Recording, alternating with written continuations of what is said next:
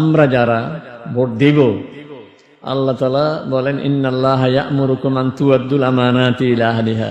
হযরত মুফতি শফি রাহমাতুল্লাহ আলাইহি বলেন কোরআনের দুইটা আয়াত ভোটের ওয়াজ।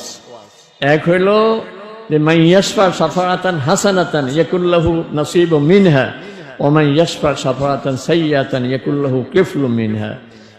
ভালো কাজের সুপারিশ করছেন আপনি, একটা লোককে সুপারিশ করি, বললেন যে স্যার এই লোকটাকে চাকরি দেন, এই লোকটাকে দোকানে রাখেন, এই লোকটা ভালো। ভালো কাজের সুপারিশ করলে যত ভালো কাজ করবে এই লোক আপনি সওয়াব পাবেন। কিন্তু আপনার সুপারিশে একটা খারাপ লোকের দিয়ে দিলেন, ওই লোক যত গুনাহ করবে সব গুনার দায় দায়িত্ব আপনার ঘাড়ে আসবে।